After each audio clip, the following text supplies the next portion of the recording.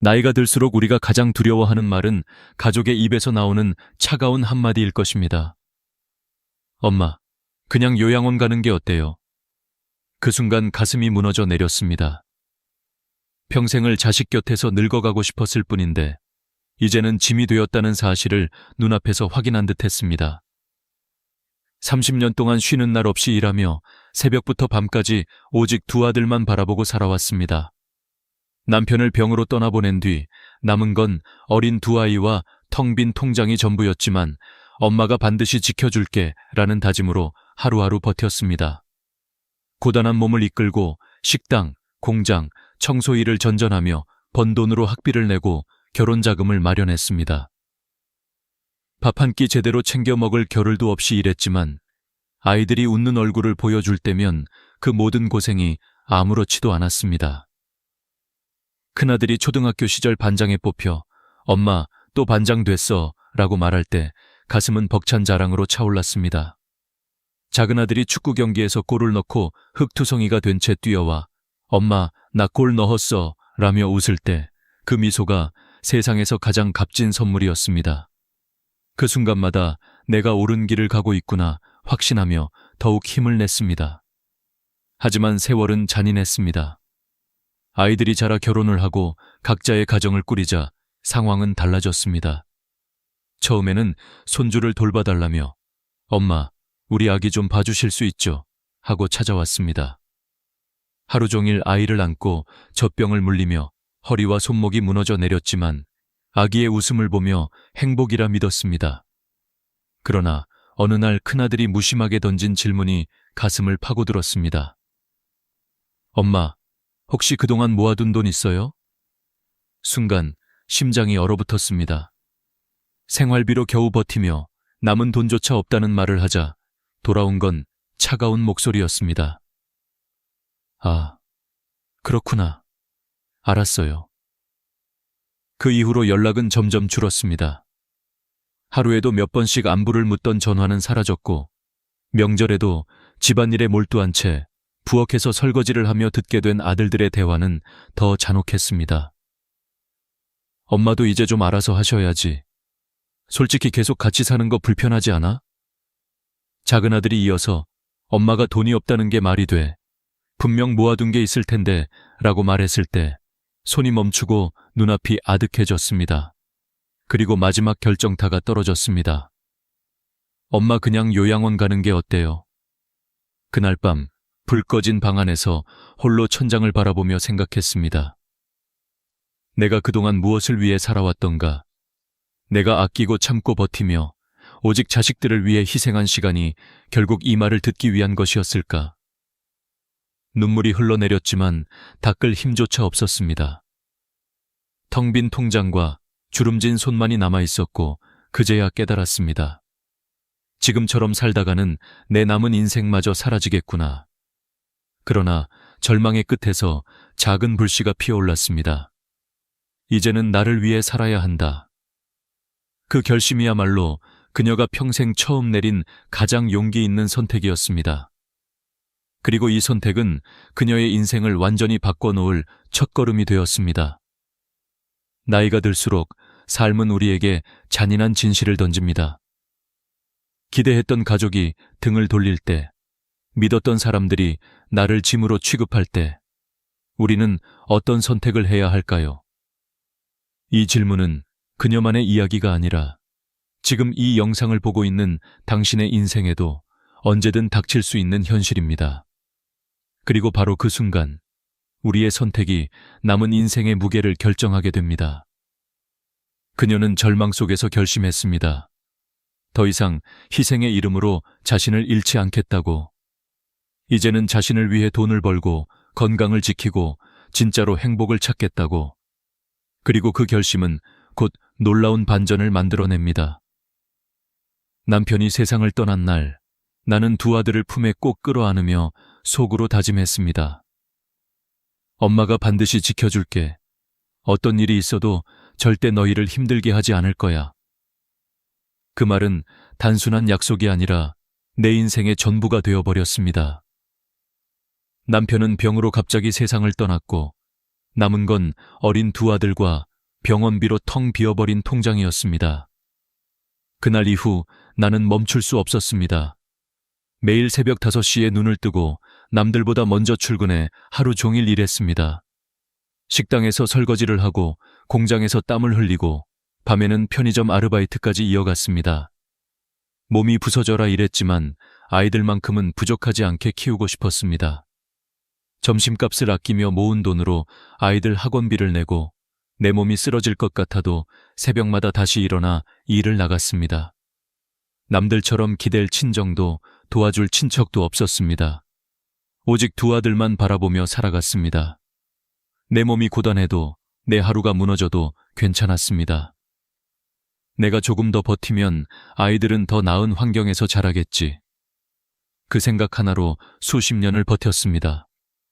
큰아들은 늘 공부를 잘했습니다. 반장에 뽑혔다고 자랑하며 웃을 때 내 가슴은 자랑으로 벅찼습니다. 작은 아들은 운동을 좋아했습니다. 축구 경기에서 골을 넣고 땀에 젖어 뛰어들어와 엄마, 나 골 넣었어 라고 말하던 순간 그 웃음이 내 삶의 이유였습니다. 그 미소 하나로 나는 다시 하루를 견뎌낼 수 있었습니다. 아이들이 장성할수록 나는 희망을 보았습니다. 큰아들이 첫 월급을 받아 작은 봉투를 내밀었을 때 눈물이 왈칵 쏟아졌습니다. 엄마, 내가 번 돈이에요. 엄마 맛있는 거 드세요. 그 작은 봉투는 나에게 세상에서 가장 값진 선물이었습니다. 작은 아들이 결혼을 하면서 엄마, 이제 내가 엄마 지켜줄게. 엄마 혼자 외롭게 안 할 거예요. 라고 말했을 때 나는 드디어 모든 걸 다 해냈다고 생각했습니다. 이제는 조금 편해질 수 있을 거라고, 내 노력이 보답받을 거라고 믿었습니다. 그러나 현실은 내 기대와 달랐습니다. 손주가 태어나자 엄마, 아기 좀 봐주세요 라는 부탁이 이어졌습니다. 나는 또다시 새벽부터 밤까지 손주를 돌봤습니다.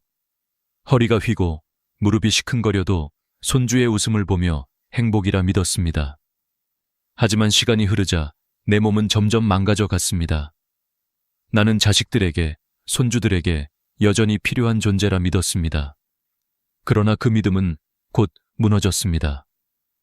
집안일을 하고 손주를 키우며 내 모든 시간을 바쳤지만 돌아온 것은 고마움이 아닌 당연시였습니다. 가끔씩 엄마, 요즘 힘드시죠? 라는 말은 들었지만 그 속에 진심은 없었습니다. 그저 나의 헌신을 당연하게 여기며 또 다른 부탁으로 이어질 뿐이었습니다.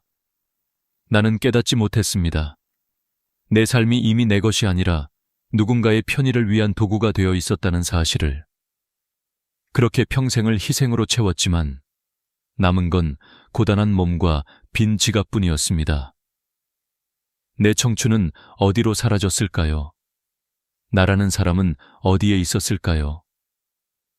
그날 밤 손주를 재우고 돌아와 지갑을 열었을 때 남은 돈은 몇 장의 1,000원짜리 뿐이었습니다. 손에 쥔 지갑이 무겁게 느껴졌습니다. 내 인생은 이렇게 끝나는 걸까? 내가 이렇게까지 살아온 게 과연 옳았을까? 그 순간 가슴 깊숙한 곳에서 차가운 회의감이 밀려왔습니다. 하지만 아직은 몰랐습니다. 내 희생의 대가가 고스란히 돌아오지 못한 채 또 한 번의 배신이 내 앞에 기다리고 있다는 사실을. 그리고 그 배신은 내 삶을 완전히 뒤흔들어 놓을 결정적인 순간으로 다가오고 있었습니다. 그날은 명절이었습니다.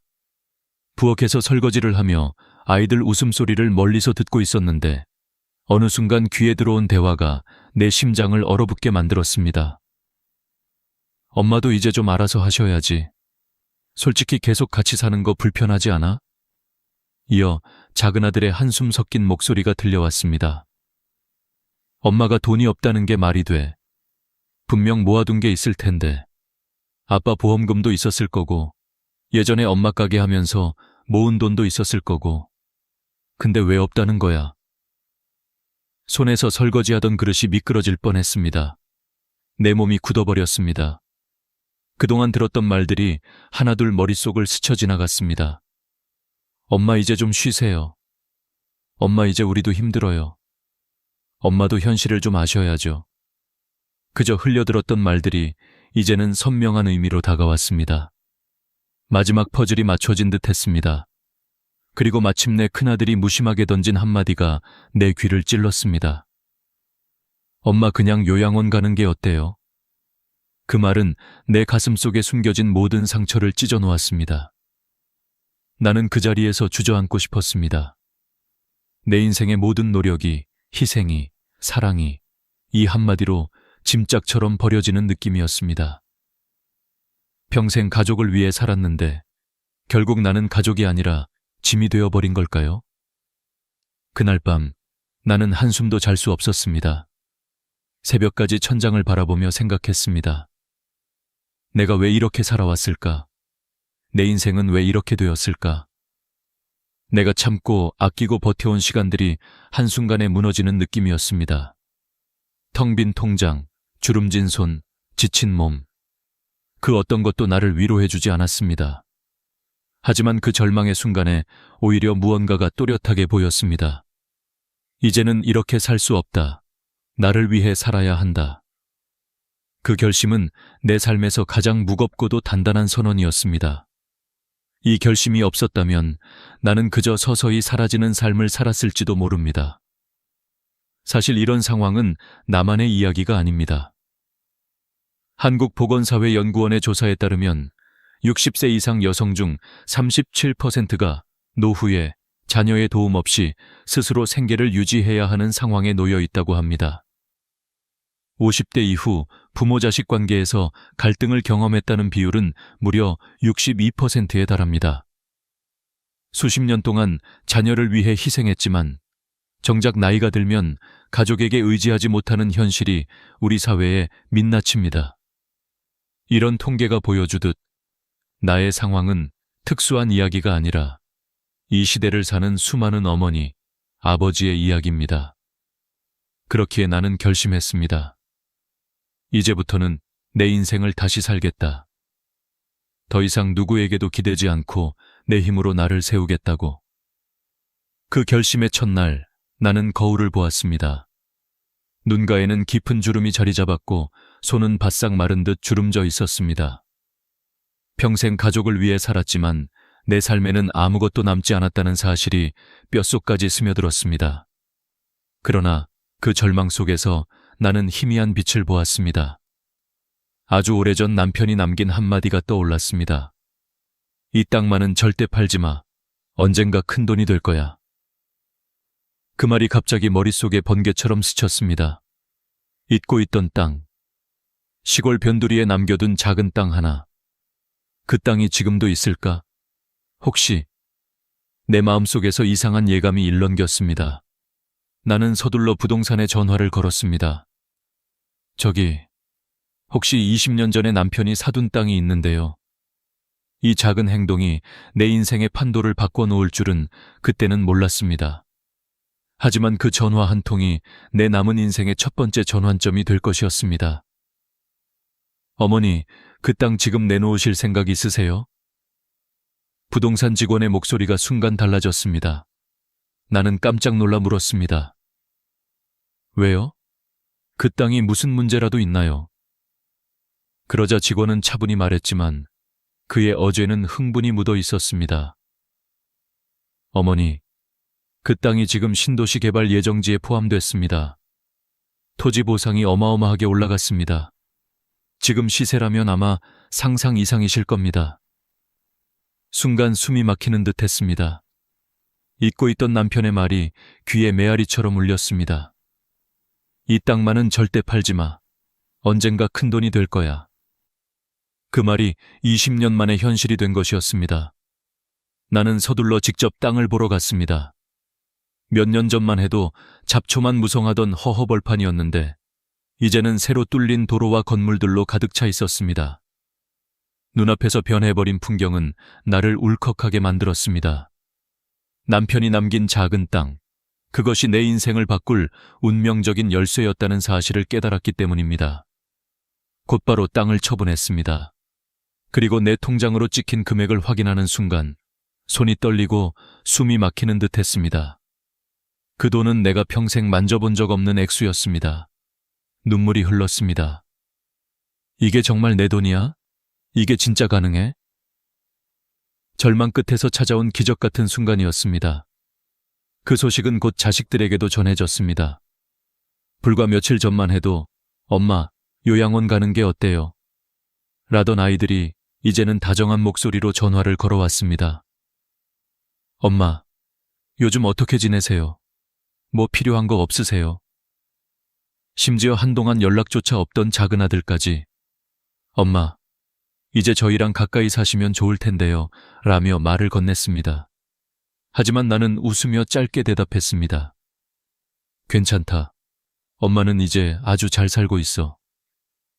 그 말 속에는 수십 년 동안 억눌린 내 마음이 담겨 있었습니다.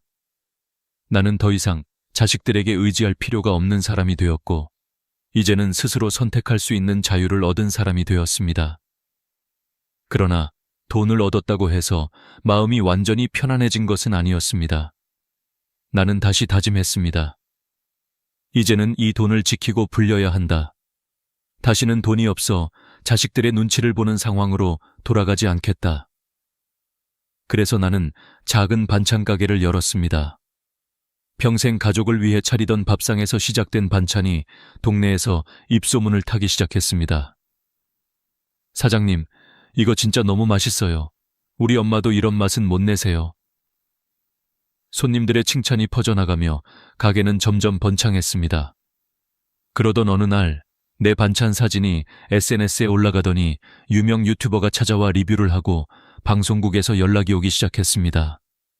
나는 그저 평생 하던 대로 반찬을 만들었을 뿐인데 이제는 사람들이 줄을 서서 내 음식을 사갔습니다. 돈은 눈에 띄게 불어났습니다. 하지만 나는 예전처럼 무방비하게 흘려보낼 수 없었습니다. 전문가를 찾아가 조언을 들었습니다. 어머니, 이제부터는 돈을 단순히 쓰는 게 아니라 지키고 불리는 법을 배우셔야 합니다. 배당주, 임대 수익, 안정적인 현금 흐름을 만들어야 합니다. 나는 그 조언을 마음 깊이 새겼습니다. 곧바로 우량 배당주와 고배당 ETF에 분산 투자했고 작은 오피스텔과 상가를 매입해 월세 수익을 만들었습니다. 매달 꼬박꼬박 들어오는 배당금과 임대료는 내 삶을 안정적으로 지탱해 주었습니다. 한때는 자식들의 말 한마디에 흔들리던 내가 이제는 누구에게도 휘둘리지 않는 사람이 된 것입니다. 하지만 이 변화의 순간에도 내 마음 한편은 묘하게 씁쓸했습니다. 왜 나는 돈이 있어야만 당당할 수 있는 걸까? 왜 자식들은 돈이 생기자마자 태도를 바꾸는 걸까? 이 질문이 나를 괴롭혔습니다. 그러나 동시에 답도 분명했습니다. 돈은 단순한 수단이 아니라 노후에 스스로를 지킬 수 있는 최소한의 방패라는 사실을 이제야 확실히 깨달았기 때문입니다. 내 인생은 남편이 남긴 작은 땅 하나로 완전히 뒤바뀌었습니다. 하지만 진짜 변화는 돈이 아니라 내 마음에서 시작되고 있었습니다. 이제는 더 이상 누군가를 위해 희생하는 삶이 아니라 나 자신을 위한 삶을 살아야 한다. 그 결심이야말로 내 인생의 두 번째 전환점이었습니다. 그리고 그 전환점은 다음 선택으로 나를 이끌고 있었습니다. 돈이 생기자 삶이 안정되는 듯 보였지만 곧 나는 또 다른 진실과 마주해야 했습니다. 그것은 바로 건강이었습니다. 가게 일을 하면서 매일 반찬을 만들고 손님을 응대하느라 하루 종일 서 있었습니다. 그런데 어느 날부터 몸이 이상하게 무겁고 숨이 차는 느낌이 들기 시작했습니다. 잠깐 쉬면 괜찮아지겠지. 그렇게 대수롭지 않게 넘겼지만 증상은 점점 심해졌습니다. 눈앞이 흐려지고 손발이 차가워지고 식은땀이 흘러내렸습니다. 그리고 결국 두 다리가 풀리며 바닥에 쓰러지고 말았습니다. 눈을 떴을 때 나는 병원 침대에 누워 있었습니다. 의사가 차트를 보며 말했습니다. 어머니, 지금 이대로 두면 큰일 납니다. 고혈압 수치가 너무 높고 피로 누적으로 몸이 한계 상태에 와 있습니다. 이러다가는 심각한 합병증이 올 수도 있습니다. 그 말에 머리가 하얘졌습니다. 나는 돈이 생기면 모든 게 괜찮아질 줄 알았습니다. 하지만 내 몸은 이미 오래전부터 무너지고 있었습니다. 그제야 깨달았습니다. 내가 무너지면 모든 게 끝이라는 사실을. 그날 이후 나는 결심했습니다. 이제는 내 몸을 지키는 게 최우선이다. 작은 루틴부터 시작했습니다. 매일 아침 10분이라도 산책을 나섰습니다. 처음에는 숨이 차고 무릎이 시큰거려 힘들었지만 멈추지 않았습니다. 며칠 뒤 10분이 20분으로 다시 1시간으로 늘어났습니다. 걷는 동안 땀이 나고 심장이 두근거리면서 오히려 기운이 나는 걸 느꼈습니다. 헬스장에도 등록했습니다. 트레이너가 말했습니다. 나이가 들수록 근육이 줄어드는 게 가장 큰 문제예요. 어머니, 근력 운동 꼭 하셔야 합니다. 나는 처음으로 아령을 들었습니다. 2kg짜리 작은 무게였지만 나에게는 세상에서 가장 무거운 돌덩이처럼 느껴졌습니다. 그러나 하루 20분씩 꾸준히 하자 점점 근육이 붙고 몸이 가벼워졌습니다. 거울 속 내 모습이 달라지기 시작했습니다. 식습관도 바꿨습니다. 예전에는 아이들과 남편 입맛에 맞추느라 기름지고 짠 음식을 많이 했습니다.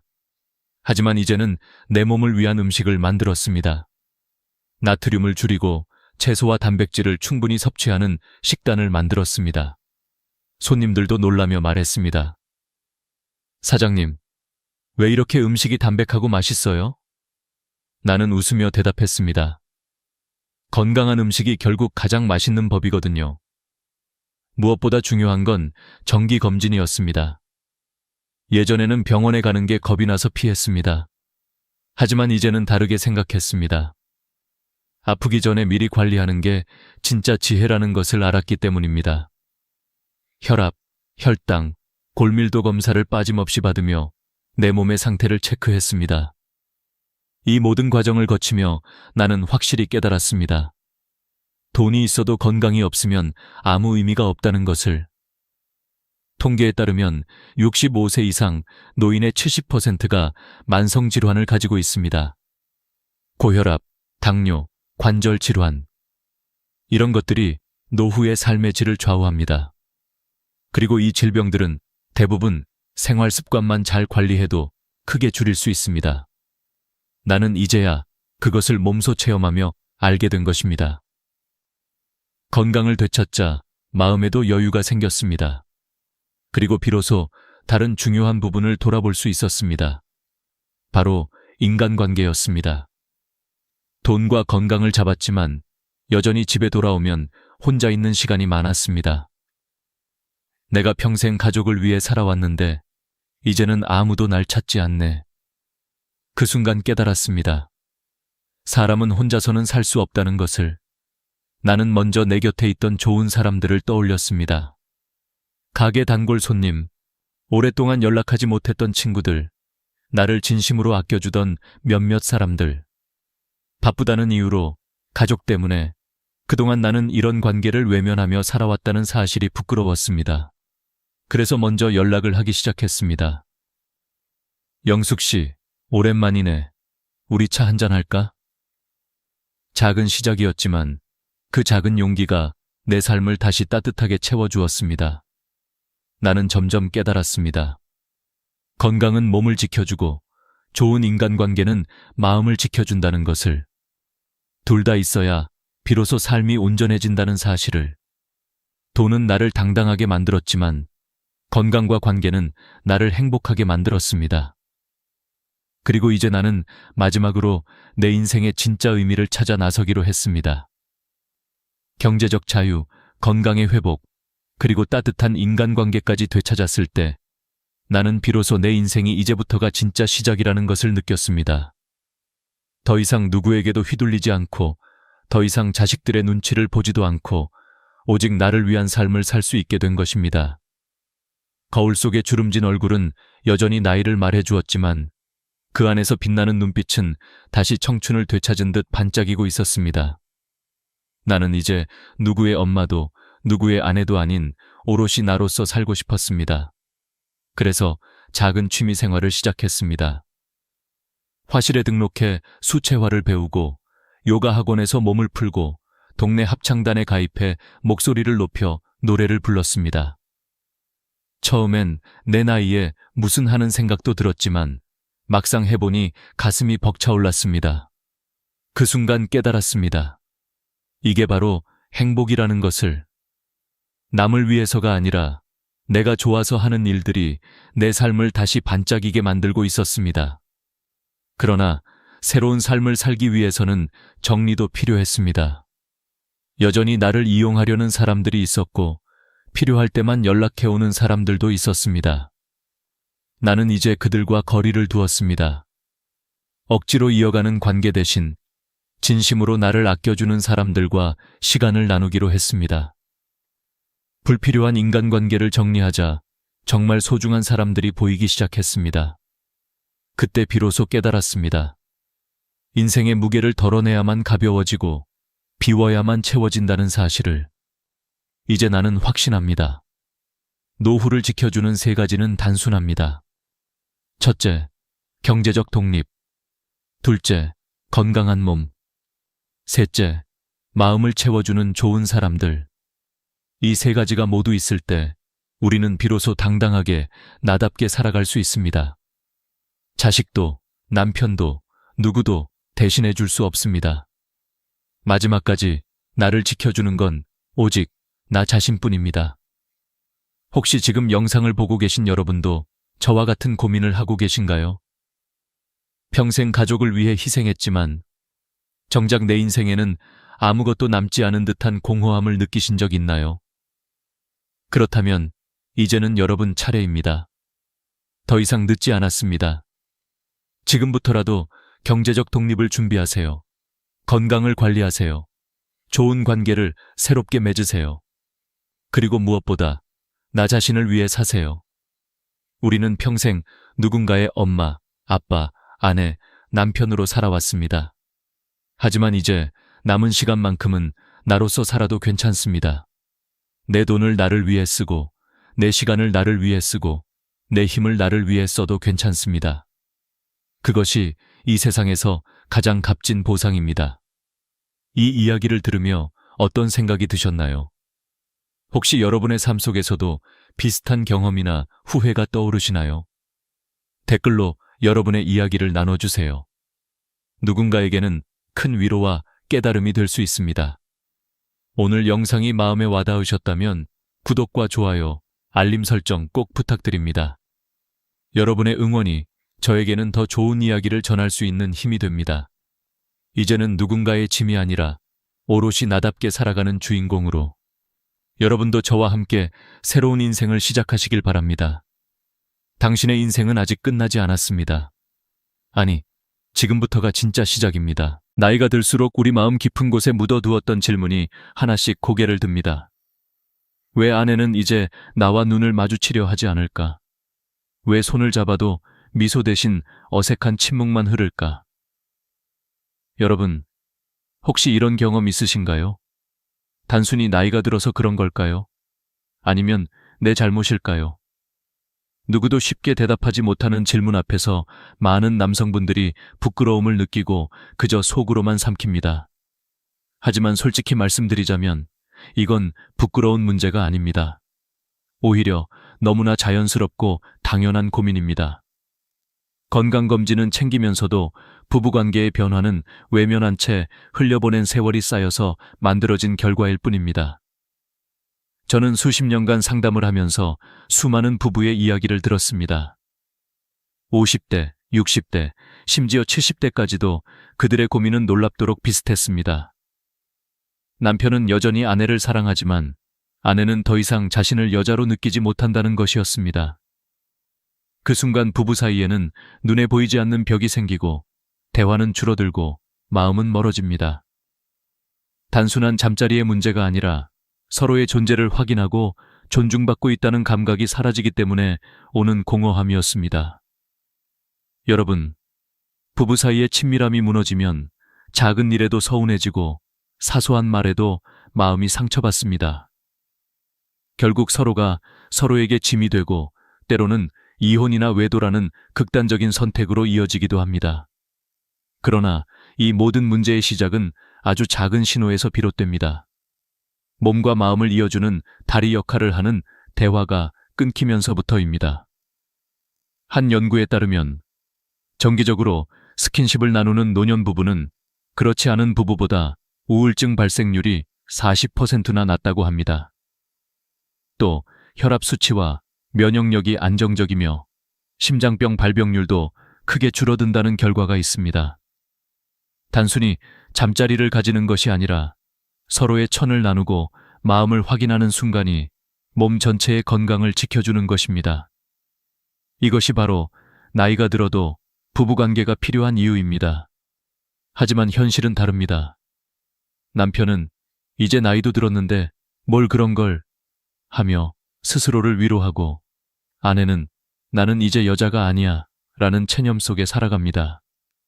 그러다 보니 서로를 향한 눈빛은 차가워지고 손을 내밀어도 쉽게 잡히지 않습니다.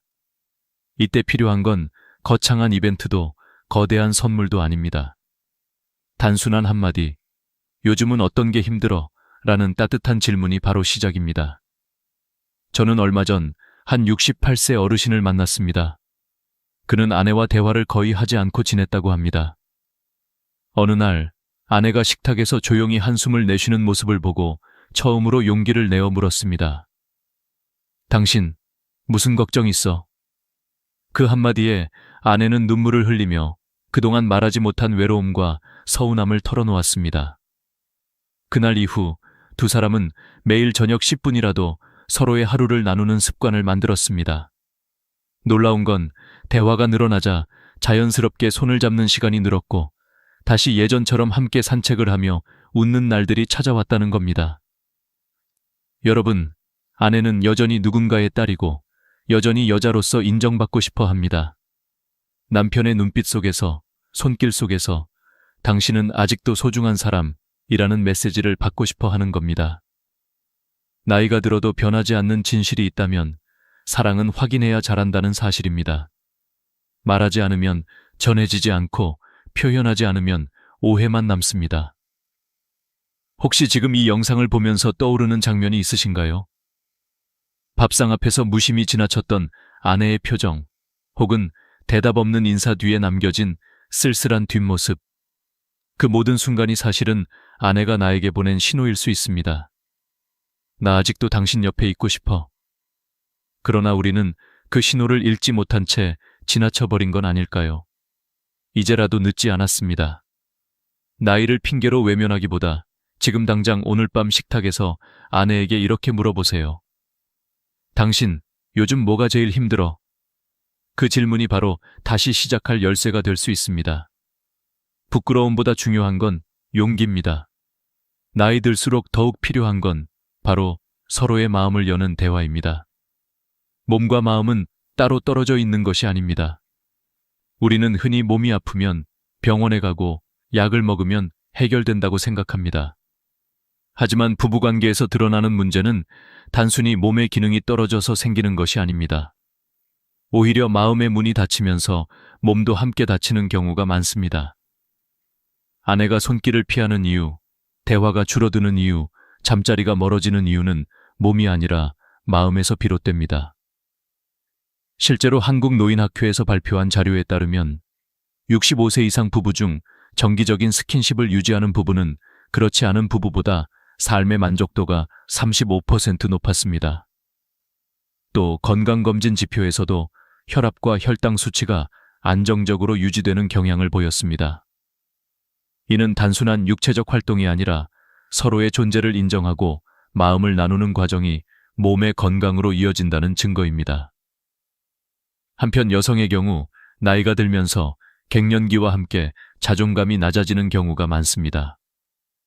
거울 속의 자신을 보며 더 이상 여자가 아니라고 느끼는 순간 남편의 손길은 단순한 스킨십이 아니라 다시 여자로 살아가게 만드는 강력한 위로가 됩니다. 반대로 남편의 무심함이나 무관심은 아내의 마음을 더욱 다치게 합니다. 이때 아내의 몸은 차갑게 굳어지고 결국 부부관계는 의무나 습관으로만 남게 됩니다. 저는 상담을 하면서 이런 사례를 자주 봅니다. 한 72세 부부는 겉으로 보기에는 아주 화목해 보였지만 실제로는 서로 대화가 거의 없었습니다. 아내는 늘 집안일과 손주 돌봄에 지쳐 있었고 남편은 TV 앞에만 앉아 있었습니다. 하지만 어느 날 남편이 작은 변화를 시도했습니다. 저녁 식탁에서 아내에게 "오늘 하루는 어땠어?" 라는 질문을 건넨 겁니다. 처음에는 어색했지만 시간이 지나면서 아내는 서서히 마음을 열기 시작했습니다. 대화가 이어지자 자연스럽게 손을 잡고 산책을 하게 되었고 다시 함께 웃는 시간이 늘어났습니다. 여러분, 몸은 마음을 따라갑니다. 심리학에서는 이를 심신일체, 액신셔니티라고 부릅니다. 마음이 열리면 몸은 저절로 반응합니다. 반대로 마음이 닫히면 아무리 기술이 뛰어나고 체력이 좋아도 아내는 쉽게 반응하지 않습니다. 중요한 것은 어떻게 만질까보다 어떤 마음으로 다가갈까입니다. 그렇다면 구체적으로 우리는 무엇을 해야 할까요? 첫째, 대화를 늘려야 합니다. 하루에 5분이라도 좋습니다. 아침에 출근 전 혹은 저녁 식사 후에 아내의 이야기를 듣는 시간을 가지세요. 둘째, 작은 스킨십을 생활화해야 합니다. 꼭 잠자리로 이어지지 않아도 됩니다.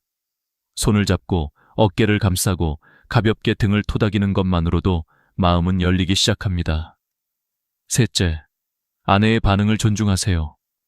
아내가 불편하다면 강요하지 말고 천천히 기다려야 합니다. 기다림 속에서 신뢰가 쌓이고 그 신뢰가 곧 친밀함으로 이어집니다. 또 하나 중요한 것은 건강입니다. 남편의 체력이 떨어지면 자연스럽게 자신감도 사라집니다. 하지만 의학적으로는 규칙적인 운동과 식습관만으로도 노년기의 성기능은 충분히 유지할 수 있습니다.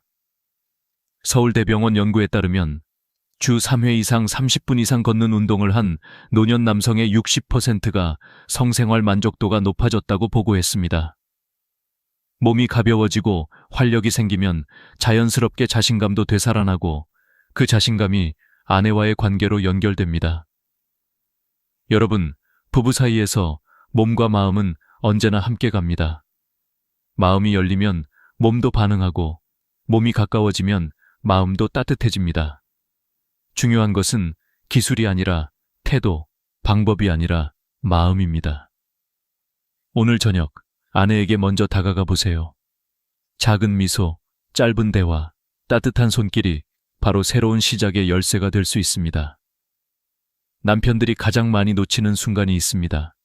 바로 아내가 보내는 작은 신호들입니다. 아내는 직접적으로 "나는 외롭다" 라고 말하지 않습니다. 대신 말수는 줄어들고 웃음은 사라지고 함께 있어도 어딘가 멀리 있는 사람처럼 느껴집니다.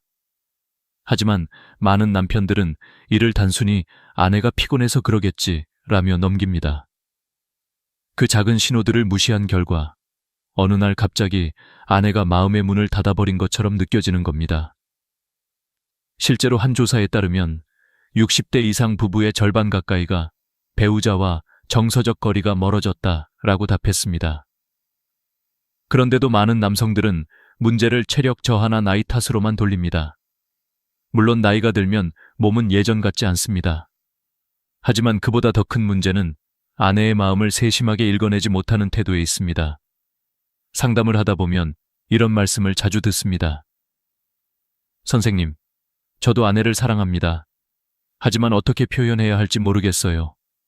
그냥 가만히 있는 게 더 나을까 해서 말도 줄이고 행동도 안 하게 됩니다." 여러분, 바로 그 가만히 있음이 문제입니다. 아내는 말보다 더 큰 신호를 보냅니다.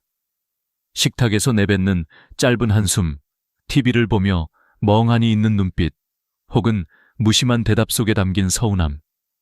이런 것들을 놓치면 부부 사이는 점점 멀어지게 됩니다. 또 하나 자주 발생하는 문제는 체력을 방치하는 것입니다. 남편 본인은 "나는 괜찮아, 나이 들었는데 당연하지라며 대수롭지 않게 생각하지만 아내 입장에서는 달라집니다. 함께 걷기에도 힘들어하고 조금만 움직여도 숨이 차하는 남편을 보면서 자연스럽게 "이제 더는 가까워지기 힘들겠구나 라고 느끼게 되는 겁니다. 체력은 단순히 몸의 문제가 아니라 부부 관계 전체의 자신감과 직결됩니다. 저는 얼마 전 한 65세 남성의 이야기를 들었습니다. 그는 아내와의 관계가 서서히 멀어지고 있다는 것을 느끼면서도 원인을 알지 못했습니다. 하지만 어느 날 아내가 무심코 던진 한마디에 충격을 받았습니다. 여보, 당신이랑 있으면 내가 더 늙는 것 같아. 순간 그는 자신이 얼마나 무심했는지를 깨달았습니다. 늘 집에서 소파에만 앉아 있었고 건강 관리도 하지 않았으며 대화조차 거의 하지 않았던 겁니다. 결국 그는 변화를 결심했습니다. 매일 30분씩 걷기 운동을 시작했고 아내에게 하루 한 가지씩은 오늘 고마워 라는 말을 건넸습니다. 놀랍게도 2달 뒤 아내의 표정은 달라졌습니다. 웃음이 돌아오고 대화도 늘어났습니다. 여러분, 아내가 원하는 건 큰 게 아닙니다. 비싼 선물이나 거창한 여행이 아닙니다. 그저 자신의 존재가 존중받고 있다는 느낌, 여전히 여자로서 소중하다는 인정입니다. 하지만 많은 남편들이 이를 모르고 무심함으로 일관합니다. 무관심은 사랑을 갉아먹는 가장 빠른 독입니다. 작은 무심함이 쌓여 결국 큰 상처가 되는 겁니다. 또 하나 중요한 건 대화의 방식입니다. 남편들은 종종 문제를 해결하려는 태도로 접근합니다. 아내가 힘들다고 말하면 그럼 이렇게 해, 저렇게 해 라고 답합니다. 하지만 아내가 원하는 건 해결책이 아니라 공감입니다. 그래, 힘들었겠다. 내가 옆에 있어 줄게. 이 짧은 말 한마디가 아내의 마음을 다시 열 수 있습니다. 여러분, 남편이 놓치는 신호는 사실 아주 분명합니다. 하지만 그것을 읽어내려는 노력이 없기에 보지 못하는 겁니다. 지금 이 순간, 지난 한 달 동안 아내가 보낸 작은 신호를 떠올려 보세요. 혹시 무심히 지나친 한숨이 있었나요? 외면한 눈빛이 있었나요? 그 모든 것이 사실은 아내의 마음속 외침이었을지도 모릅니다. 늦기 전에 그 신호를 읽어야 합니다. 그래야 다시 손을 잡고 함께 웃을 수 있습니다. 사람들은 흔히 이렇게 말합니다. 사랑은 마음으로 하는 거지, 몸은 상관없어. 하지만 실제로 부부 관계에서 몸은 결코 무시할 수 없는 중요한 요소입니다. 나이가 들면 몸의 변화가 자연스럽게 찾아옵니다. 남성의 경우 테스토스테론이 감소하면서 자신감이 줄고 여성은 폐경 이후 호르몬 변화로 신체적 불편함을 겪습니다. 이때 부부가 서로의 변화를 이해하지 못하면 오해가 생기고 거리가 벌어집니다. 실제로 국내 보건의료 연구자료에 따르면 60대 이후 부부의 65%가 성생활 문제로 갈등을 경험했다고 합니다. 하지만 놀라운 건 그중 절반 이상이 문제 해결을 시도조차 하지 않았다는 사실입니다. 왜냐하면 이제 와서 무슨 소용이냐, 창피하다라는 생각이 앞섰기 때문입니다. 그러나 전문가들은 말합니다. 신체적 친밀감은 단순한 욕구 충족이 아니라 부부가 서로를 지켜주는 중요한 연결고리라고요. 저는 상담을 하면서 이런 이야기를 많이 들었습니다. 선생님, 이제는 아내 손을 잡는 것도 어색해요. 하지만 사실은 손을 잡는 그 작은 행동 하나가 관계 회복의 시작입니다. 스킨십은 사랑을 다시 불러내는 열쇠입니다. 뇌과학 연구에 따르면 손을 잡거나 포옹할 때 분비되는 옥시토신이 스트레스를 줄이고 신뢰감을 높여준다고 합니다. 단순한 스킨십이지만 노년기에는 오히려 그것이 삶을 지탱하는 힘이 됩니다. 또 하나 간과하기 쉬운 부분은 체력입니다. 많은 남성분들이 나이가 드니 어쩔 수 없다라며 체력 관리를 포기합니다. 그러나 실제로 가벼운 운동만 꾸준히 해도 부부 관계는 크게 달라질 수 있습니다. 일본에서 진행된 연구에 따르면 일주일에 3회 이상 30분씩 걷기 운동을 한 노년 남성 그룹은 그렇지 않은 그룹보다 성생활 만족도가 40% 이상 높았습니다. 이는 단순히 체력의 문제가 아니라 자신감을 회복한 결과입니다. 한 70대 남성의 사례를 말씀드리겠습니다. 그는 오랫동안 부부 사이가 멀어져 있었습니다. 아내와 대화도 줄고 같은 집에 살지만 따로 사는 듯한 느낌이었습니다. 그러던 중 의사의 권유로 꾸준히 산책을 시작했습니다. 처음엔 10분도 힘들었지만 조금씩 시간을 늘려 결국 1시간씩 걸을 수 있게 되었습니다. 체력이 붙자 자세도 달라지고 표정에도 활력이 돌아왔습니다. 아내는 그 모습을 보며 다시 남편을 바라보기 시작했습니다. 그리고 오랜만에 우리 같이 나가볼까? 라는 말을 건넸습니다. 그 작은 변화가 두 사람의 관계를 다시 이어주었습니다. 여성에게도 신체적 변화는 큰 의미가 있습니다. 폐경 이후 호르몬 변화로 인해 여성은 종종 자신을 더 이상 여자로 느끼지 못한다고 고백합니다. 거울 속의 주름, 예전 같지 않은 몸매, 건조해진 피부는 자존감을 흔듭니다. 이때 남편의 따뜻한 한마디가 그녀를 다시 여자답게 만들어줍니다. 여전히 당신은 내게 가장 아름다워. 이 짧은 말이 여성의 마음에 불을 켜는 겁니다. 결국 중요한 건 서로의 몸을 존중하는 태도입니다. 단순히 기술을 배우는 게 아니라 변화한 몸을 인정하고 그 속에서 새로운 길을 찾는 것입니다. 노년의 사랑은 젊은 날의 열정과는 다릅니다. 더 천천히, 더 부드럽게, 그리고 더 깊게 이어집니다. 남편이 아내의 변화를 이해하고 아내가 남편의 노력을 알아줄 때 비로소 두 사람은 다시 손을 잡고 웃을 수 있습니다. 여러분, 지금도 늦지 않았습니다. 몸의 변화를 두려워하지 마세요. 오히려 그 변화 속에서 새로운 사랑의 방식을 찾으세요. 손을 잡고 함께 걷는 시간, 저녁에 따뜻한 차를 나누며 대화하는 순간, 그리고 작은 스킨십 하나가 여러분의 관계를 다시 살아나게 만들 수 있습니다. 노년에도 사랑은 충분히 가능하고 오히려 더 깊어질 수 있습니다. 노년의 부부 생활에서 가장 중요한 것은 몸을 돌보는 일과 동시에 마음을 이어주는 것입니다. 사실 많은 분들이 몸만 잘 관리하면 된다라고 생각하지만 정작 마음이 닫혀 있으면 아무리 몸이 준비되어 있어도 가까워지기 어렵습니다. 반대로 마음이 열려 있으면 작은 손길 하나에도 웃음이 피어나고 단순한 대화 속에서도 서로가 다시 연결됩니다. 저는 상담을 하면서 늘 강조합니다. 여자의 마음은 귀로 열리고 남자의 마음은 눈으로 열린다. 이 말은 단순한 비유가 아닙니다. 여성은 말과 태도에서 사랑을 확인합니다. 남성이 따뜻한 말 한마디를 건네면 그 순간 마음의 문이 열립니다.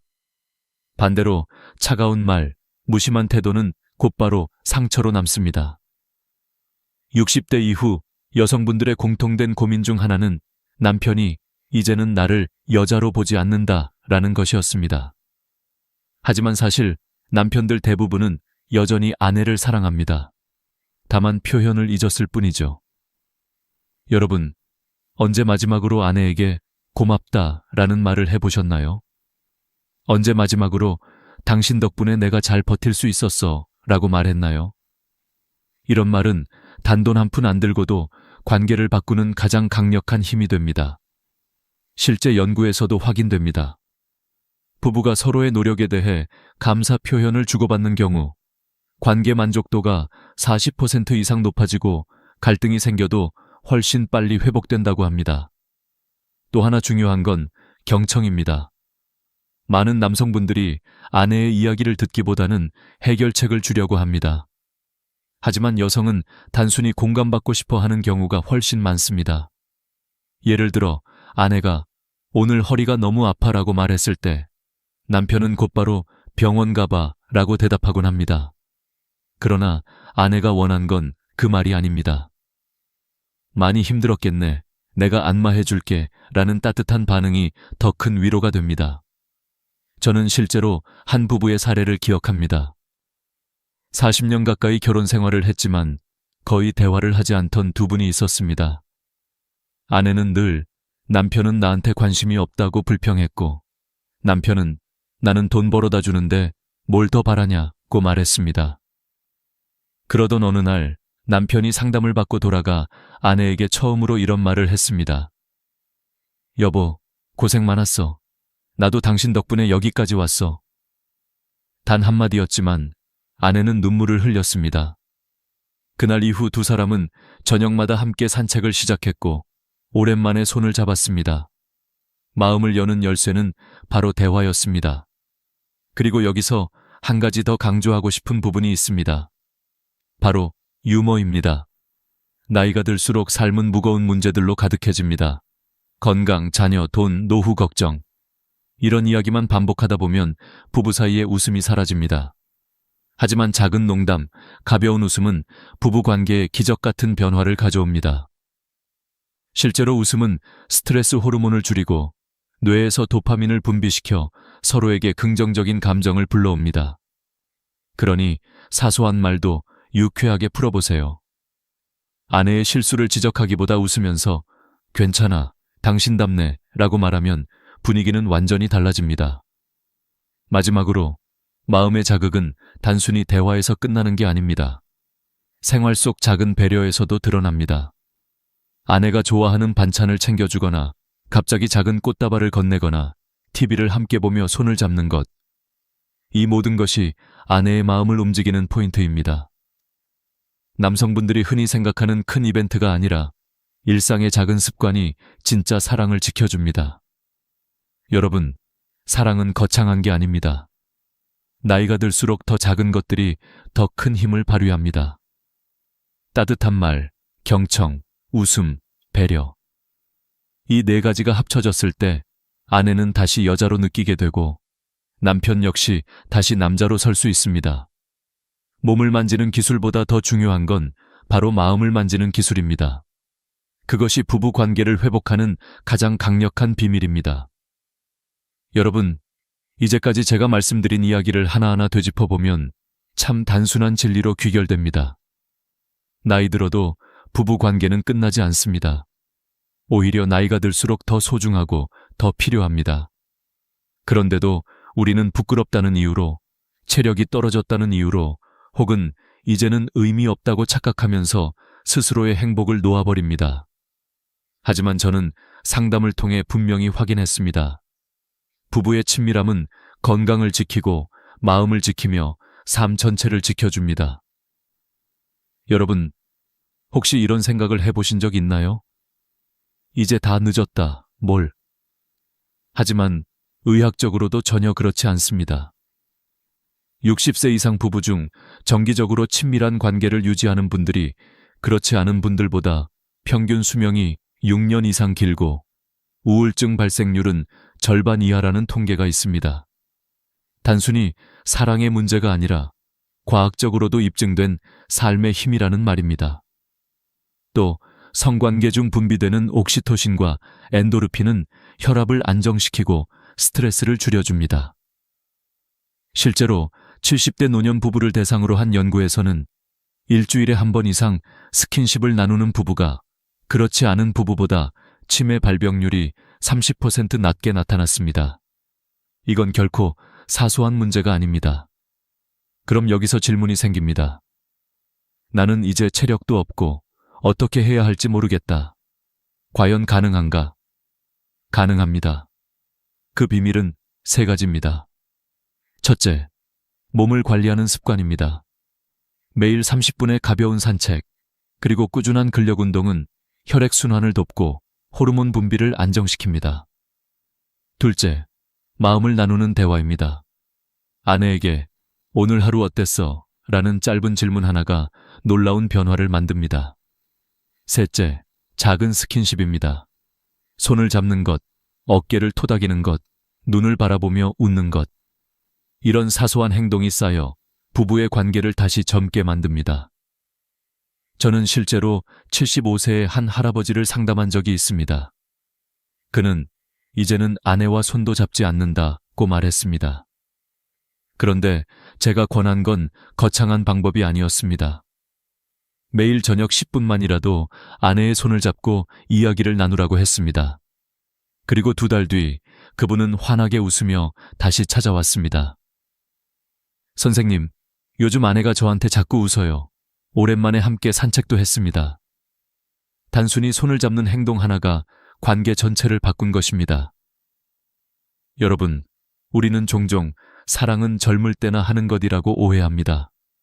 하지만 사랑은 평생을 함께 가야 하는 동반자 관계입니다. 나이 들어서도 서로를 만지고 느끼고 바라보는 시간은 삶을 지탱하는 힘입니다. 경제적 안정과 건강이 노후의 두 기둥이라면 부부 사이의 친밀감은 그 위를 지탱하는 지붕입니다. 지붕이 무너지면 기둥이 아무리 튼튼해도 집은 불안정해지듯 친밀감이 사라지면 삶의 만족도 역시 크게 떨어집니다. 이제 여러분께 꼭 드리고 싶은 말씀은 이것입니다. 더 이상 부끄러워하지 마세요. 아내에게 다가가 손을 잡고 따뜻한 눈빛을 보내고 마음을 나누는 대화를 시작해보세요. 그리고 필요하다면 용기 내어 새로운 시도를 하셔도 좋습니다. 사랑에는 나이가 없습니다.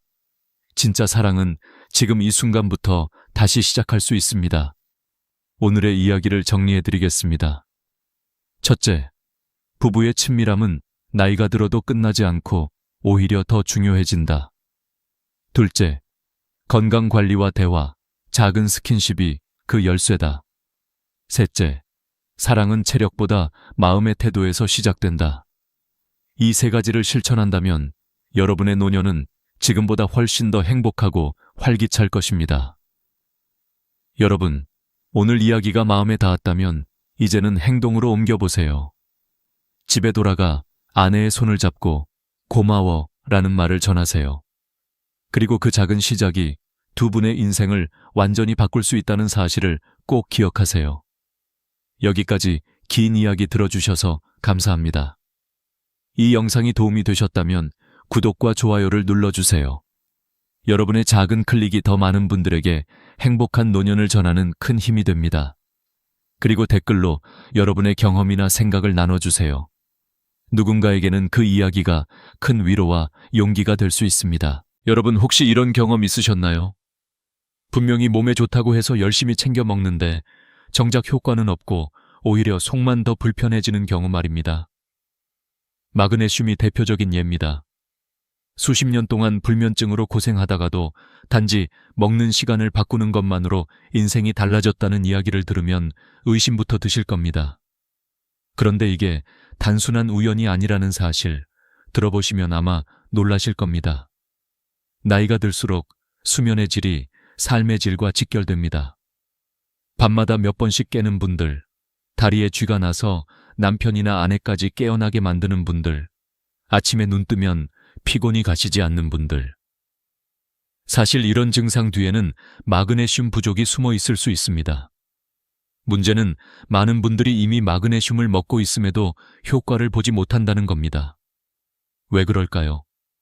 바로 언제 먹느냐가 무엇을 먹느냐만큼 중요하기 때문입니다. 제가 실제로 만난 70대 여성분의 경우 매일 공복에 마그네슘을 챙겨 드셨습니다. 건강을 위해 좋다는 말을 철석같이 믿고 저녁을 일찍 마친 뒤 밤 10시에 빈속으로 한꺼번에 삼키셨죠. 하지만 결과는 속쓰림, 설사, 그리고 여전한 불면이었습니다. 그분은 좋다는 건 다 해봤는데 왜 더 힘들어지나요? 라며 눈물을 글썽이셨습니다. 저는 그때 알았습니다. 우리가 잘못 알고 있는 상식이 얼마나 큰 문제를 만들 수 있는지를 말이죠. 왜 공복 복용이 문제일까요? 나이가 들면 위벽은 얇아지고 예민해집니다. 젊을 때는 두꺼운 담요처럼 보호해주던 위가 이제는 얇은 종이처럼 약해집니다. 그 위에 마그네슘이라는 무기질이 직접 닿으면 자극이 심해질 수밖에 없습니다. 속이 쓰린 것은 당연한 결과죠. 게다가 공복 상태에서는 몸이 영양소 흡수 모드가 아니라 보호 모드로 전환됩니다. 그래서 고가의 보충제를 삼켜도 대부분 흡수되지 않고 화장실로 흘려보내게 되는 겁니다. 결국 돈을 버리는 셈이지요. 또 하나 흔한 실수는 한 번에 많이 먹기입니다. 마그네슘은 은행 계좌처럼 한 번에 입금할 수 있는 한도가 있습니다. 200ml 이상은 흡수되지 않고 남은 양은 그대로 배출됩니다. 예를 들어 물을 한꺼번에 1리터 들이키면 갈증이 해소되기는커녕 화장실만 자주 가게 되는 것과 같은 이치입니다. 그래서 하루 권장량을 두세 번에 나누어 먹어야 하는 겁니다. 그렇다면 정답은 무엇일까요? 연구와 실제 사례가 말해주는 황금 타이밍은 바로 식후 30분입니다. 이때는 위가 소화를 시작하면서 영양소를 받아들일 준비가 가장 잘 되어 있습니다. 음식물이 천연 캡슐 역할을 하여 위를 보호하고 흡수를 도와줍니다. 특히 저녁 식사 후 30분은 하루 중 가장 좋은 시간으로 꼽힙니다. 우리 몸이 밤사이 회복하고 재생하는 동안 마그네슘이 제 역할을 할 수 있기 때문이죠. 또 한 가지 기억하셔야 할 점은 제형의 선택입니다.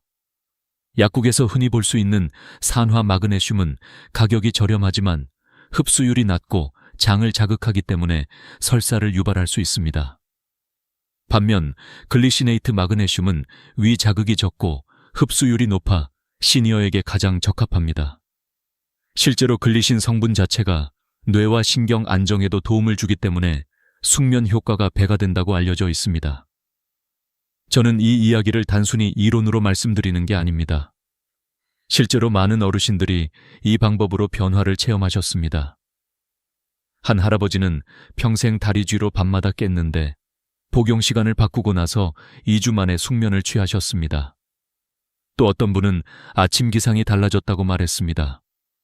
예전에는 눈을 떠도 온몸이 무겁고 피곤했지만 이제는 개운하게 하루를 시작한다고 하셨습니다. 이 모든 변화가 거창한 약물이나 고가의 치료 덕분이 아니라 단지 시간을 바꾼 것에서 시작되었다는 사실, 얼마나 놀랍습니까? 물론 개인차가 있고 기저질환이 있는 분들은 반드시 담당 의사와 상의해야 합니다. 하지만 분명한 건 많은 시니어들에게 이 작은 습관의 변화가 삶 전체를 바꿀 수 있다는 겁니다. 이제부터 저는 여러분께 구체적인 실수 5가지와 그 해결책을 차근차근 알려드리겠습니다. 끝까지 집중해 주십시오. 오늘 영상 하나가 여러분의 밤을 그리고 남은 인생을 바꿀 수 있습니다. 왜 타이밍이 그렇게 중요한 걸까요? 많은 분들이 마그네슘만 꾸준히 먹으면 언젠가는 효과가 나타나리라 기대합니다. 하지만 정작 복용법과 타이밍을 무시하면 아무리 좋은 영양제를 먹어도 헛수고가 될 수 있습니다. 여기에는 분명한 이유가 있습니다. 첫 번째 이유는 위장과 관련이 있습니다. 우리 몸은 음식을 먹고 난 직후 위산과 소화 효소가 적절하게 분비됩니다. 이때는 마그네슘이 다른 영양분과 함께 자연스럽게 흡수되기 좋은 상태가 됩니다. 반대로 공복 상태에서는 몸이 방어 모드로 전환되며 들어오는 성분을 막으려는 경향이 강해집니다. 그래서 공복에 먹은 마그네슘은 흡수율이 낮을 뿐 아니라 오히려 위벽을 직접 자극해 속쓰림을 일으킬 수 있는 겁니다. 두 번째 이유는 경쟁 때문입니다. 마그네슘은 칼슘, 아연, 철분과 같은 다른 무기질과 같은 통로를 통해 흡수됩니다. 마치 좁은 문을 여러 사람이 동시에 들어가려는 것과 같죠. 특히 칼슘과 함께 복용하면 두 성분이 서로 경쟁해 둘 다 흡수율이 떨어집니다. 그래서 칼슘은 아침, 마그네슘은 저녁처럼 시간을 나눠 복용하는 게 권장되는 이유입니다. 또한 카페인 음료 역시 마그네슘의 적입니다. 커피, 녹차, 홍차에 들어있는 카페인은 마그네슘 흡수를 방해하고 소변으로 배출을 촉진시킵니다. 만약 아침에 커피와 함께 마그네슘을 먹는 습관이 있다면 그 효과는 절반 이하로 떨어질 수밖에 없습니다. 세 번째 이유는 연령과 위산 분비의 관계입니다. 나이가 들면 위산 분비가 감소합니다. 위산은 영양소가 체내로 잘 들어가도록 돕는 역할을 하는데 이 분비가 줄어들면 아무리 좋은 마그네슘을 먹어도 제대로 흡수되지 않습니다. 특히 60세 이상에서는 이런 경향이 뚜렷하기 때문에 위에 부담을 주지 않으면서도 흡수율이 좋은 제형을 선택하는 것이 중요합니다. 글리시네이트, 말레이트 형태가 여기에 해당합니다. 네 번째 이유는 생체 리듬입니다. 우리 몸은 하루 주기 리듬, 즉 생체 시계에 따라 호르몬과 대사작용이 달라집니다. 밤에는 멜라토닌이 분비되며 회복과 휴식 모드에 들어가는데 이때 마그네슘은 신경을 안정시키고 근육을 이완시키는 역할을 합니다. 그래서 저녁 식후 30분은 숙면을 돕는 황금 시간대가 되는 겁니다.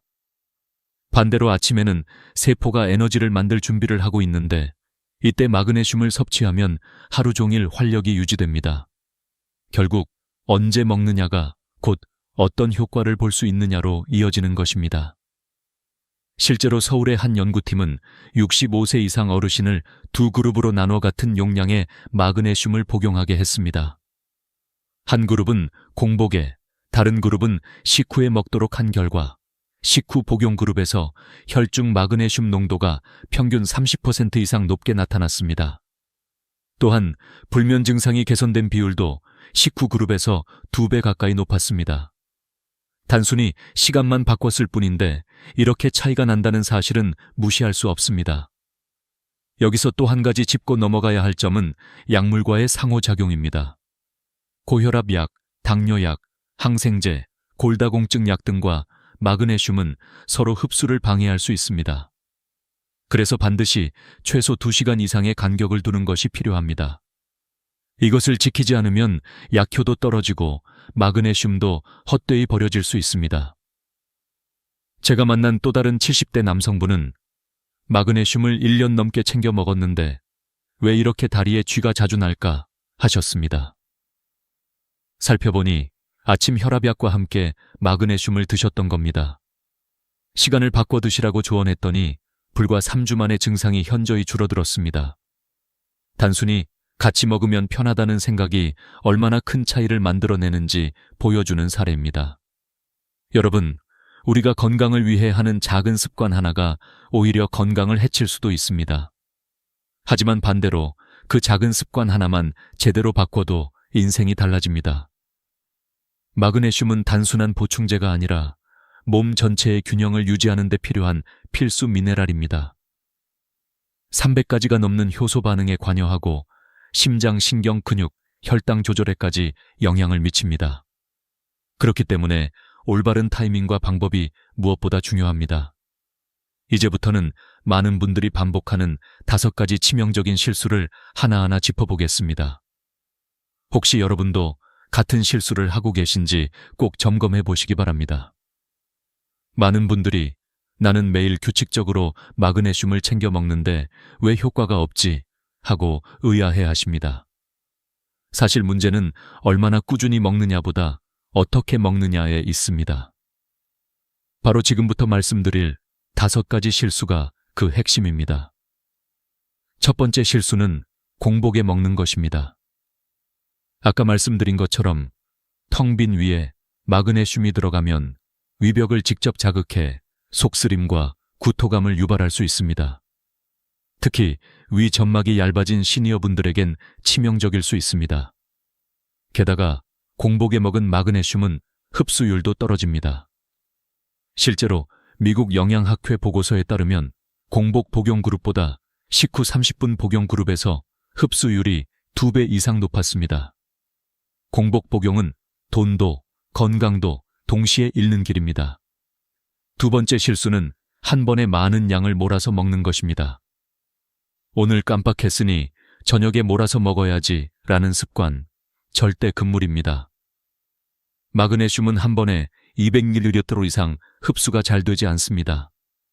하루 406을 먹는다고 해도 한꺼번에 삼켜버리면 절반 이상이 그냥 소변으로 배출됩니다. 그뿐만 아니라 설사, 복통 같은 부작용까지 동반될 수 있습니다. 마치 한 번에 물 한 통을 들이켰을 때 몸은 필요 이상을 받아들이지 못하고 배출하는 것과 똑같은 원리입니다. 그래서 나누어 먹는 것이 필수입니다. 세 번째 실수는 잘못된 제형을 선택하는 것입니다. 약국에서 쉽게 구할 수 있는 산화 마그네슘은 흡수율이 낮고 장에서 수분을 끌어당겨 설사를 유발하는 특성이 있습니다. 그래서 변비약으로 쓰이기도 하지요. 젊은 층도 버거운데 시니어분들께는 탈수 위험까지 생길 수 있습니다. 반대로 글리시네이트나 말레이트 같은 형태는 흡수율이 높고 위장 부담이 거의 없습니다. 게다가 글리신은 숙면을 돕고 말사는 근육 피로 회복에 도움이 되니 상황에 따라 선택하면 더 큰 효과를 볼 수 있습니다. 네 번째 실수는 칼슘과 함께 먹는 것입니다. 많은 분들이 뼈 건강을 위해 칼슘과 마그네슘을 동시에 복용합니다. 하지만 이 두 성분은 같은 흡수 통로를 사용합니다. 좁은 문에 두 사람이 동시에 들어가려 하면 결국 부딪히고 밀려나듯이 흡수율이 서로 떨어지는 겁니다. 실제 연구에 따르면 칼슘과 마그네슘을 함께 복용했을 때 각각의 흡수율이 40% 가까이 줄었습니다. 따라서 칼슘은 아침, 마그네슘은 저녁처럼 시간을 구분해 섭취해야 효과를 극대화할 수 있습니다. 다섯 번째 실수는 커피, 녹차, 홍차 등 카페인 음료와 함께 먹는 것입니다. 카페인은 마그네슘의 흡수를 방해할 뿐 아니라 소변으로 배출을 촉진합니다. 그래서 커피와 함께 먹으면 효과가 절반 이하로 떨어집니다. 만약 아침마다 커피를 즐기신다면 마그네슘 복용은 최소 2시간 전후로 간격을 두는 것이 안전합니다.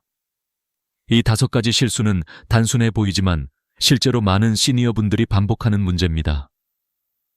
제가 상담했던 70대 여성 환자분은 불면증 때문에 수년간 고생하셨는데 알고 보니 매일 밤 10시 공복에 산화 마그네슘 400mg을 한꺼번에 커피와 함께 드셨던 겁니다.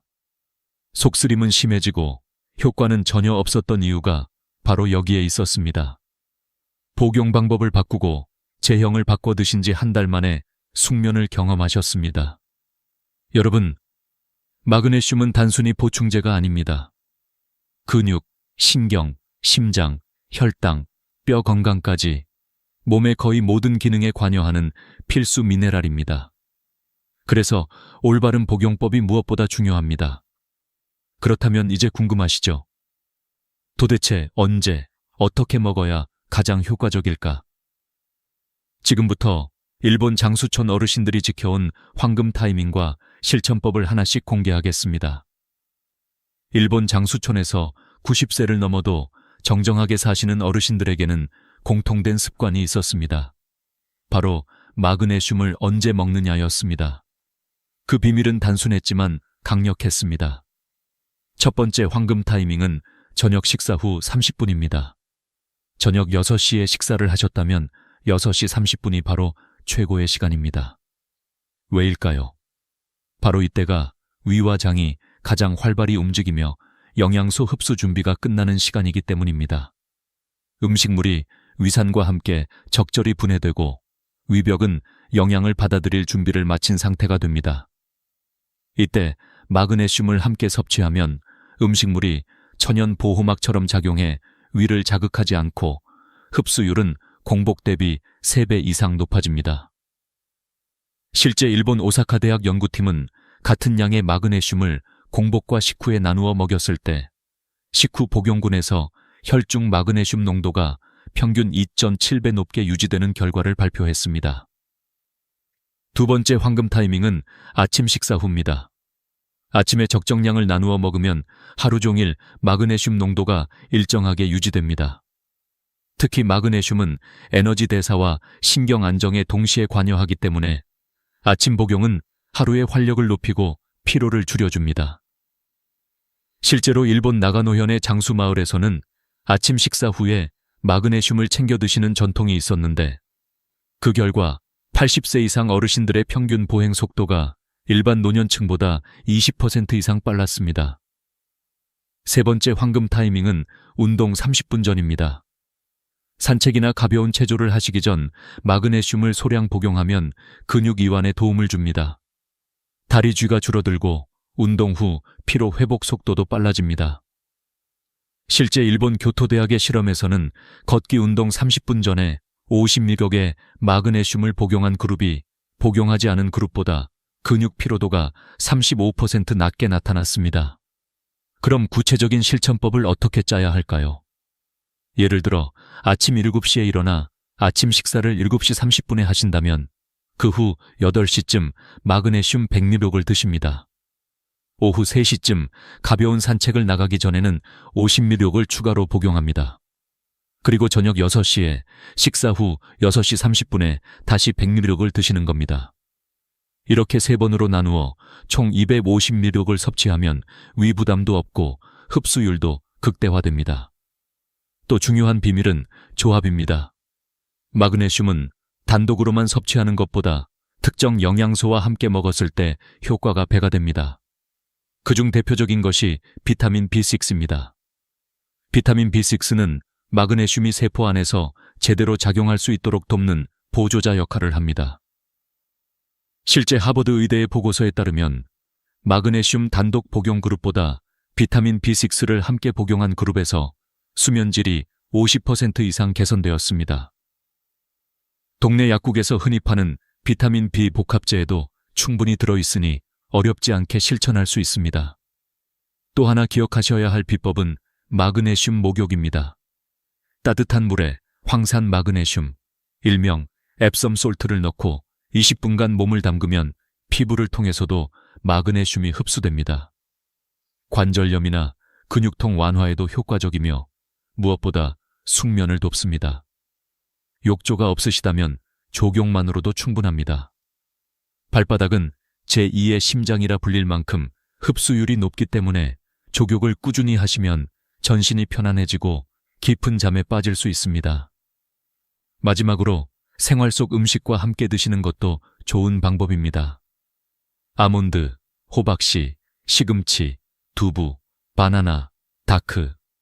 초콜릿은 마그네슘이 풍부한 대표 식품입니다. 저녁에 마그네슘 보충제와 함께 두부 반모, 시금치 나물, 바나나 하나를 곁들이신다면 약과 음식이 함께 작용해 훨씬 더 큰 효과를 보실 수 있습니다. 여러분, 마그네슘은 얼마나 많이 먹느냐가 아니라 언제 어떻게 먹느냐가 핵심입니다. 지금 말씀드린 황금 타이밍과 조합을 기억하시고 오늘 저녁부터 바로 실천해보세요. 아마 일주일 후 여러분의 아침은 전혀 다른 모습이 되어 있을 겁니다. 최할머니가 알려드린 방법을 실천한 지 단 2주 만에 나타난 변화는 정말 놀라웠습니다. 30년 동안 새벽 2-3번씩 깨던 불면증이 단번에 사라졌고 아침까지 한 번도 깨지 않고 꿀잠을 자게 된 겁니다. 피부에 생기가 돌고 목소리에 힘이 붙었으며 무엇보다 눈빛이 달라졌습니다. 늘 피곤하고 무기력했던 모습이 사라지고 선생님, 이제 제가 다른 사람 같아요 라는 말까지 하셨습니다. 여러분, 이것은 단순한 수면 개선이 아닙니다. 마그네슘은 우리 몸에서 300개 이상의 효소 반응에 관여하는 필수 미네랄입니다. 신경 안정, 근육 이완, 혈압 조절, 혈당 관리, 에너지 생산, 뼈 건강까지 모두와 연결되어 있습니다. 그렇기에 마그네슘을 제대로 섭취하기 시작하면 삶 전체가 달라집니다. 여름철에는 땀으로 인해 마그네슘이 빠져나가므로 평소보다 20% 더 필요합니다. 반대로 겨울에는 햇빛 부족으로 비타민 D가 결핍되는데 비타민 D가 부족하면 마그네슘 흡수도 떨어집니다. 따라서 겨울에는 반드시 비타민 D와 함께 섭취하는 것이 좋습니다. 실제 서울대 연구에 따르면 비타민 D와 마그네슘을 함께 섭취한 그룹이 단독 섭취 그룹보다 골밀도 수치가 평균 18% 더 높게 나타났습니다. 또 나이에 따라서도 차이가 있습니다. 60세 이상은 위산 분비가 줄어들어 흡수가 어려워지므로 흡수율이 좋은 글리시네이트나 말레이트 형태를 선택하는 것이 중요합니다. 70세 이상은 신장 기능이 떨어져 한 번에 많은 양을 섭취하면 배설이 어려워질 수 있으므로 소량씩 자주 나누어 드시는 게 안전합니다. 80세 이상은 약을 여러 가지 드시는 경우가 많기 때문에 약물 상호작용에 주의해야 합니다. 심장약, 골다공증 약, 항생제를 복용하신다면 반드시 주치의와 상의하셔야 합니다. 여성분들은 폐경 후 호르몬 변화로 마그네슘 요구량이 증가합니다. 실제 연구에서도 폐경 이후 여성의 혈중 마그네슘 농도가 평균 25% 낮아졌다는 결과가 있습니다. 따라서 하루 300mg 이상 꾸준히 드셔야 합니다. 남성분들의 경우에는 전립선 건강이 중요한데 마그네슘이 부족하면 전립선 비대증 위험이 커집니다. 밤에 화장실을 자주 가시는 분들이라면 마그네슘 부족을 의심해 보셔야 합니다. 이쯤에서 꼭 짚고 넘어가야 할 점이 있습니다. 마그네슘은 만병통치약이 아닙니다. 균형 잡힌 식사, 꾸준한 운동, 충분한 수분 섭취, 그리고 스트레스 관리와 함께할 때 비로소 진정한 효과를 발휘합니다. 물은 하루 8잔 이상, 미지근한 물이 가장 좋습니다. 운동은 하루 30분 이상 걷기, 무리하지 않고 꾸준히 하는 것이 핵심입니다. 스트레스는 마그네슘을 가장 빠르게 소모시키는 적이니 노래 부르기, 화초 가꾸기, 친구와의 대화 같은 작은 행복을 통해 마음을 풀어주셔야 합니다. 여러분, 마그네슘의 진짜 힘은 꾸준함에 있습니다. 최소 3개월 이상은 드셔야 몸속 저장고가 채워지고 진정한 변화를 느낄 수 있습니다. 첫 2주는 수면과 근육에, 한 달 후에는 혈압과 혈당에, 2달 후에는 뼈와 에너지에, 석 달 후에는 삶 전체가 새로워집니다. 단 3개월의 꾸준한 실천이 여러분의 남은 30년을 바꿔놓을 수 있는 겁니다. 여러분, 오늘 제가 드린 말씀의 마지막 비밀을 공개하겠습니다. 동네 약국에서 단돈 2,000원으로도 살 수 있는 조합, 바로 마그네슘과 비타민 B6, 그리고 멜라토닌입니다. 이 세 가지를 함께 드시면 놀라운 시너지가 생깁니다. 멜라토닌은 우리 몸이 자연적으로 만드는 수면 호르몬인데 나이가 들수록 분비량이 줄어들어 불면증의 원인이 됩니다. 마그네슘은 멜라토닌 생성을 돕고 비타민 B6는 그 과정을 더욱 원활하게 만들어줍니다. 실제 미국 수면학회 연구에서는 이 조합이 수면제보다 안전하고 효과적이라고 발표했습니다. 저녁 식사 후 30분 마그네슘 100mg, 비타민 B6 10mg, 멜라토닌 1mg을 함께 드시면 됩니다. 단, 멜라토닌은 처음엔 0.5mg 정도로 시작해 몸에 맞게 조절하셔야 합니다.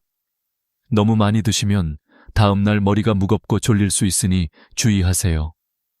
이 단순한 조합이 여러분의 밤을 지켜줄 수 있습니다. 또 한 가지 놀라운 방법은 마그네슘 스프레이입니다. 여마그네슘을 끓인 물에 녹여 발바닥이나 종아리에 뿌리면 피부로 바로 흡수되어 다리쥐나 불면증에 큰 도움이 됩니다. 실제로 많은 분들이 한밤중 다리쥐 때문에 괴롭던 삶이 바뀌었다라고 말합니다. 저도 직접 사용해 봤는데 다음날 아침이 정말 가벼웠습니다. 여러분, 많은 분들이 오해하는 것들이 있습니다. 마그네슘은 많이 먹는다고 좋은 게 아닙니다. 하루 400ml 이상은 해로울 수 있습니다. 또한 모든 마그네슘이 같은 것이 아닙니다. 산화 마그네슘은 시니어에게 오히려 해롭습니다. 반드시 글리시네이트나 말레이트 형태를 고르셔야 합니다. 음식만으로 충분하지 않다는 점도 꼭 기억하세요. 요즘은 토양에 영양분이 고갈되어 있기 때문에 음식으로는 충족이 어렵습니다. 오늘 제가 말씀드린 내용을 다시 정리하겠습니다. 첫째, 공복에 먹지 마시고 반드시 식후 30분에 드셔야 합니다. 둘째, 하루 권장량을 2-3번에 나눠 드세요. 셋째, 글리시네이트 또는 말레이트 형태를 선택하세요. 넷째, 비타민 B6와 함께 드시면 효과가 2배가 됩니다.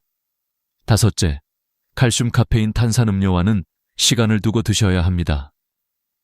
여섯째, 최소 3개월은 꾸준히 드셔야 합니다. 마지막으로 꼭 드리고 싶은 말씀이 있습니다. 건강은 잃으면 돈으로도 되찾을 수 없습니다. 그러나 작은 습관 하나로 지킬 수 있습니다. 바로 마그네슘을 올바르게 먹는 습관입니다. 저 역시 불면증으로 고생하다가 인생이 달라졌습니다. 이 방법을 실천하신다면 여러분도 10년은 젊어진 삶을 살 수 있습니다. 오늘의 영상이 도움이 되셨다면 좋아요를 눌러주시고 불면증이나 건강 문제로 힘들어하는 가족, 친구들에게 꼭 공유해주세요. 그들의 삶도 여러분 덕분에 바뀔 수 있습니다. 그리고 구독 버튼을 누르시면 매주 돈 안 드는 건강 비법을 전해드리겠습니다. 다음 영상에서는 무릎 통증 없이 100세까지 걷는 비밀을 알려드리겠습니다. 여러분 모두 오늘 밤 꿀잠 주무시고 내일 아침 개운하게 맞이하시길 바랍니다. 감사합니다.